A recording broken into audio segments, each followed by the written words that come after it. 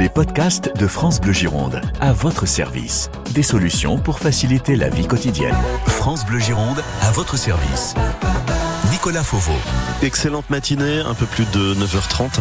Et vous en avez l'habitude depuis le début du mois de septembre, chaque mercredi sur France Bleu Gironde.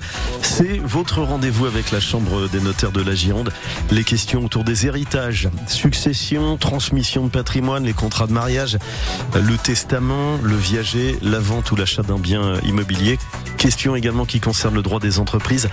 Ce matin, pour vous conseiller, notre notaire, c'est maître Victor Marin. Bonjour maître. Bonjour Nicolas. Qui représente la Chambre des notaires de la Gironde. Vos appels en direct, dès maintenant, je dis dès maintenant puisque vous avez tendance depuis quelques jours à nous appeler un peu au dernier moment. Donc si vous avez des questions précises, et afin qu'on puisse vous consacrer le plus de temps possible, vous composez maintenant le standard de France Bleu Gironde. À tout de suite. France Bleu Gironde, à votre service. Posez vos questions au 05 56 19 10 10 et sur nos réseaux sociaux. Et notre notaire, maître Victor Marin, est là pour vous répondre en direct. Un premier appel, Francis, qui est à Senon. Bonjour Francis, première question ce matin, on vous écoute. Oui, bonjour. Oui, bonjour maître. Oui, voilà, je suis célibataire, je n'ai pas d'enfant et j'ai un frère qui est décédé, qui a 3 enfants et un autre, mais qui est toujours vivant bien sûr, et qui a un enfant. Je voudrais savoir si toutefois je ne faisais pas de testament, comment se répartiraient les biens successoraux. Voilà. Bonjour Francis. Donc pour vous répondre, si vous ne faites pas de testament dans votre situation sans enfant et que vous n'êtes pas marié, donc vos héritiers sont vos frères, et comme il y en a un qui est prédécédé, ça sera vos neveux et ou nièces, donc enfants de votre frère prédécédé, ainsi que votre frère qui est toujours vivant. Ça sera eux qui seront donc les héritiers. Alors voilà. Comment se répartir moitié, quelle proportion? Moitié pour votre frère vivant, et vos neveux et nièces se répartiront en fait l'autre moitié qui aurait dû revenir à votre frère prédécédé. Ça c'est dans le cas où vous ne faites pas de testament, monsieur. Voilà, si vous décidez de faire un testament, vous pouvez décider d'une autre répartition ou également d'une autre, de désigner une autre personne qui pourrait être votre héritier. Voilà. Ah oui, d'accord. Voilà, vous n'avez pas d'obligation. Les droits de succession se montent à combien? Quel est le taux? Alors justement, votre question elle est double, Francis, pour votre frère d'un côté et vos neveux et nièces de l'autre. Donc il y a un abattement fiscal vu qui est pas très élevé, vu le lien de parenté qui peut être un peu plus éloigné par rapport à des enfants. Là, j'ai plus les montants en tête, donc je voudrais pas dire des bêtises, mais vous pouvez les retrouver facilement en consultant votre notaire. Voilà, il y a un abattement pour vis-à-vis d'un frère ou d'une sœur et vis-à-vis d'un neveu ou d'une nièce. Voilà. Merci Francis pour cette première question depuis Senon au 05 56 19 10 10 ce matin. Question au notaire ce matin avec maître Victor Marin qui vous conseille c'est Joline, je crois. Bonjour Joline à Bordeaux. Oui, bonjour messieurs. Bonjour, on vous écoute. Je vais mettre ma maison en vente. Oui. J'ai sélectionné 2 agences et elles, en disant mon prix net vendeur, et les 2 agences n'ont pas la même somme. Donc je voulais savoir si ça se faisait ou pas. C'est 2 estimations différentes. 2 estimations différentes, oui. Bonjour Joline. Oui, il peut avoir 2 estimations différentes. Après, à vous de retenir le meilleur prix. Voilà, vous êtes l'agence dans laquelle vous voulez donner mandat de vente, ou ça peut être également les deux. Voilà, il faut que vous estimez également celle qui peut être la plus juste. C'est pas forcément la plus élevée qui est la plus juste par rapport au marché et qui permettra que le bien soit vendu plus rapidement. À vous également d'estimer en discutant avec eux, mais c'est possible voilà, d'avoir deux estimations différentes. Alors normalement, il faut qu'elles soient quand même assez proches, sinon il y a un problème. Mais il faut voilà, et vous pouvez donner mandat aux agences que vous souhaitez, mandat exclusif ou mandat non exclusif, à vous de voir. Ok, Joline. D'accord, oui, voilà. d'accord.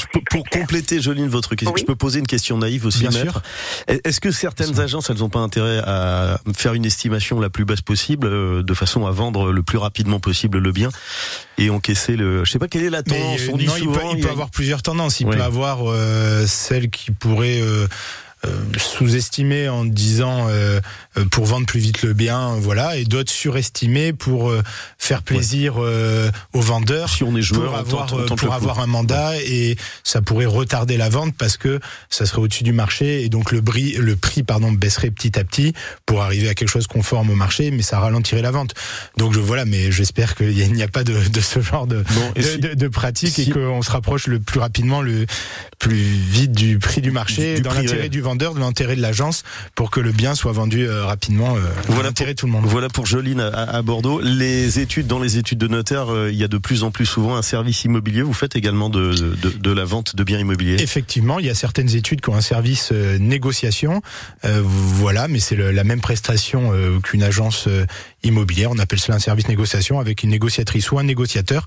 Vous pouvez vous rapprocher de votre notaire si vous le souhaitez, pour mettre votre bien en vente, voilà, par l'intermédiaire de votre notaire. Vous pouvez passer par des agences, par votre notaire, ou par les deux, c'est vous qui souhaitez. Puis on précise que les notaires qui font beaucoup de ventes ont une idée bien précise, notamment pour Joline à Bordeaux, du prix de l'immobilier au mètre carré, quartier par quartier, des secteurs que vous connaissez bien, pas uniquement d'ailleurs dans Bordeaux, mais à Langon, Libourne, Arcachon. Sur toute la Gironde, nous tenons des statistiques qui sont mises à jour chaque mois, et nous faisons une conférence de presse sur les statistiques immobilières chaque mois de février. Dans un instant, question au notaire, suite de vos appels au 05 56 19 10 10.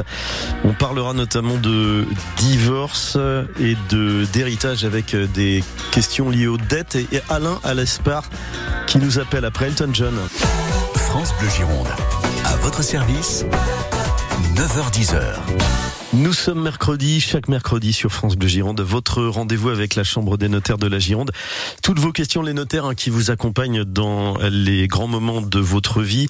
Évidemment, mariage, l'achat, la vente d'une maison ou d'un appartement, les questions également de succession, transmission, et l'accompagnement également des professionnels. C'est maître Victor Marin ce matin de la Chambre des notaires de la Gironde qui vous conseille. 05 56 19 10 10. Vous avez encore un gros quart d'heure pour nous appeler, poser vos questions en direct ce matin. On file à l'Espar dans le Médoc avec une question d'Alain. Bonjour Alain. Oui, bonjour. On vous écoute Alain. Oui, bonjour. Alors bonjour à tout le monde. Voilà, je voudrais commencer par le commencement. J'étais propriétaire d'un gros patrimoine. J'ai fait une donation partage à mes 3 enfants, une partie. Il me reste encore du patrimoine. Il me reste un grand terrain à bâtir de 4000 mètres carrés, avec une maison avec 2000 mètres carrés de terrain. Je voudrais le donner en rente viagère, car mes enfants n'ont pas d'argent tellement pour payer le notaire à la succession. Pour payer l'État, on va dire, Alain. Ils tiennent vraiment à avoir ce bien. Donc, j'avais pensé donner ça en rente viagère, surtout que sur les 3 enfants, je veux en gâter 2 en priorité de beaucoup. Voilà. Alors, merci. Il y a beaucoup de questions, Alain. Tout d'abord, donc pour première question, rente viagère, on verra ensuite pour avantager ou pas un enfant. Qu'est-ce que vous entendez par donner en rente viagère ? Bonjour Alain, qu'est-ce que vous entendez par donner en rente viagère ? Alors voilà, comme si je faisais une rente viagère avec un étranger, excusez l'expression, ils me font tous les mois un petit versement d'argent. Ah, c'est vos enfants qui payent. C'est ce que je pensais, mais c'était juste pour vous m'expliquer. Ok, très bien. À ce moment-là, c'est pas une donation. Voilà, c'est une vente. C'est une vente à vos enfants Absolument, maître. Absolument. Voilà, c'est pas donné. Hein. C'est parce que quand on donne, généralement, il n'y a pas de contrepartie où il peut avoir des charges comme une obligation alimentaire, par exemple. Je te donne un bien immobilier à condition que tu m'organises mes repas ou que tu me fasses mes courses ou que tu m'aides pour aller chez le médecin ou autre. Voilà. Mais là, vous, donc ça serait une vente, voilà, avec vos enfants. Le risque, c'est que l'administration fiscale ne dise pas que ça soit une donation déguisée.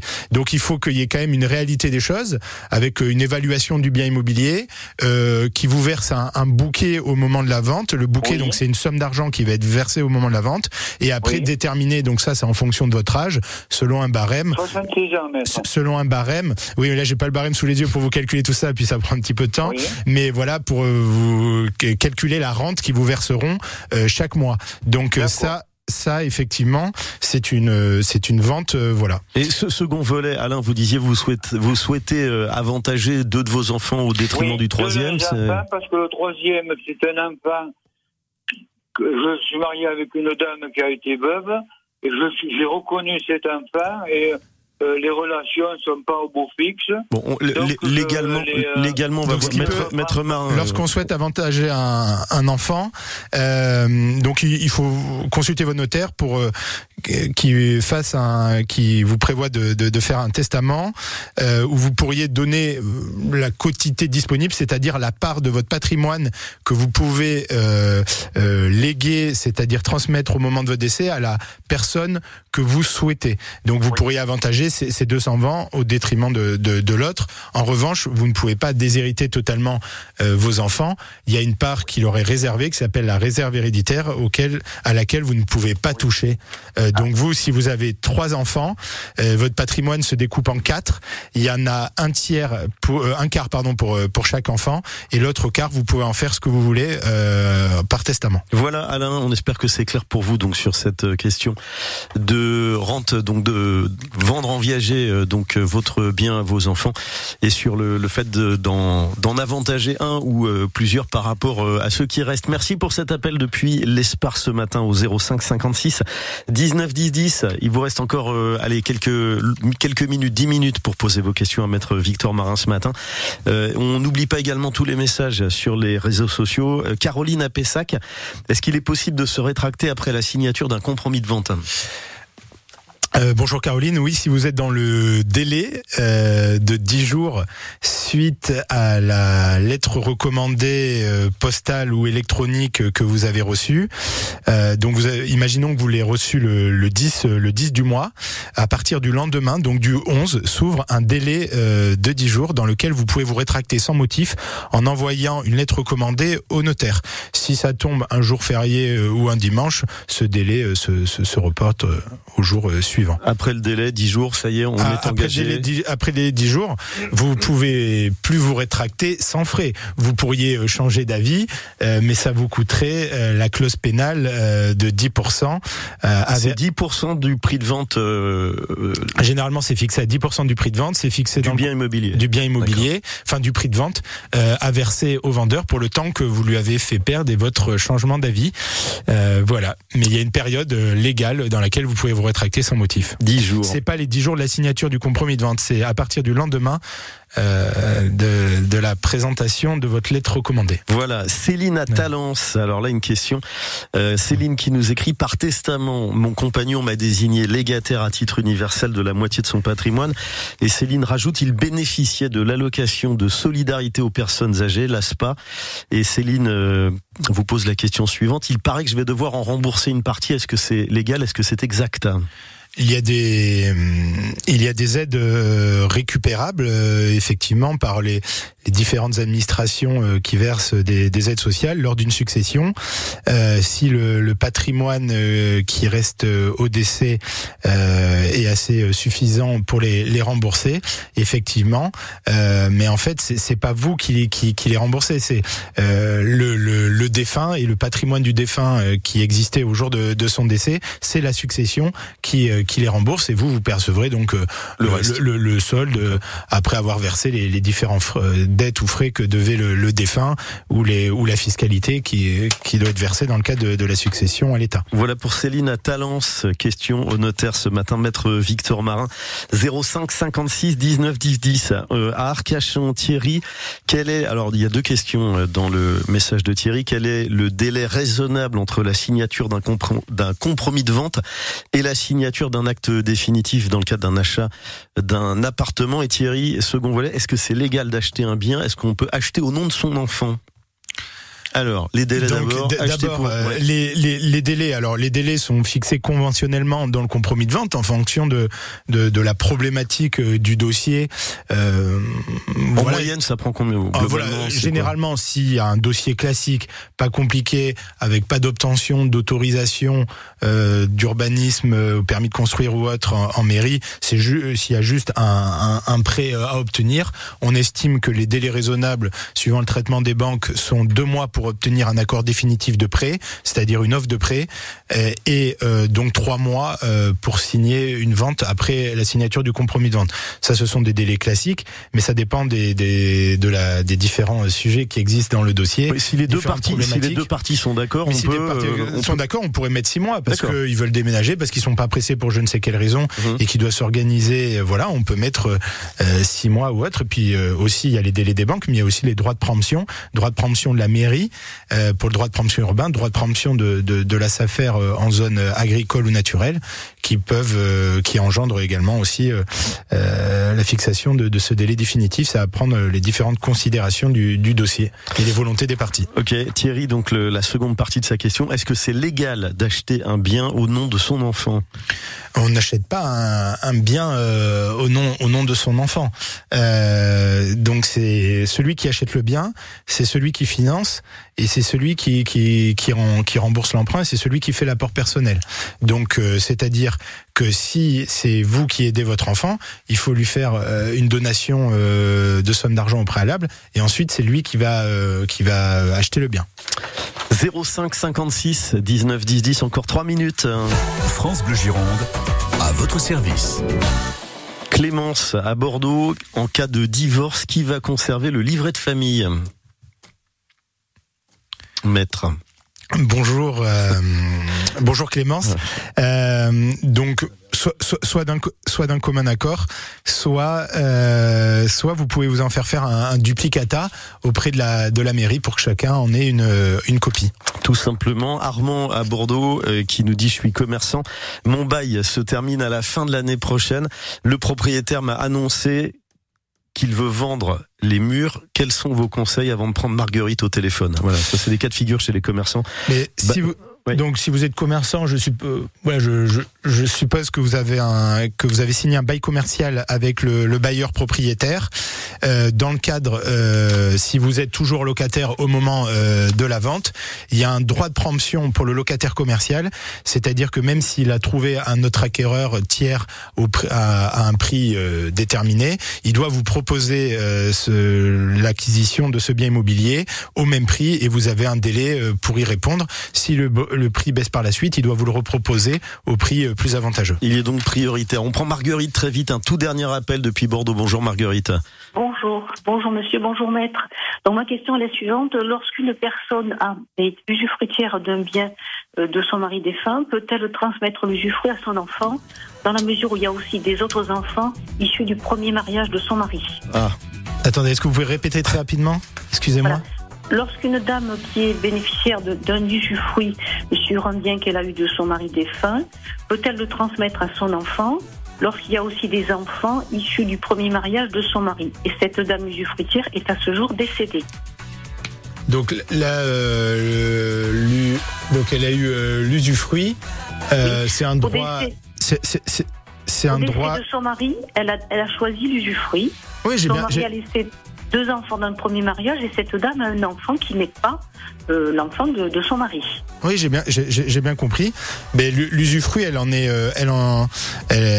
ce droit, elle est titulaire de ce droit. Elle peut en faire ce qu'elle souhaite. Voilà. Tout simplement. Mais les enfants conserveront la nue propriété, voilà. Marguerite, rapprochez-vous de votre notaire pour d'autres précisions. Merci Maître Victor Marin pour tous ces conseils ce matin. Merci Nicolas. Et merci beaucoup pour vos appels ce matin au 05 56 19 10 10. Retour des notaires évidemment. Mercredi prochain, vous continuez, vous pouvez d'ailleurs vous inscrire n'importe quand. On vous rappelle évidemment mercredi entre 9h30 et 10h. Merci Maître, bonne journée, bonne semaine. À votre service, à la radio sur France Bleu Gironde. Du lundi au vendredi, de 9h à 10h.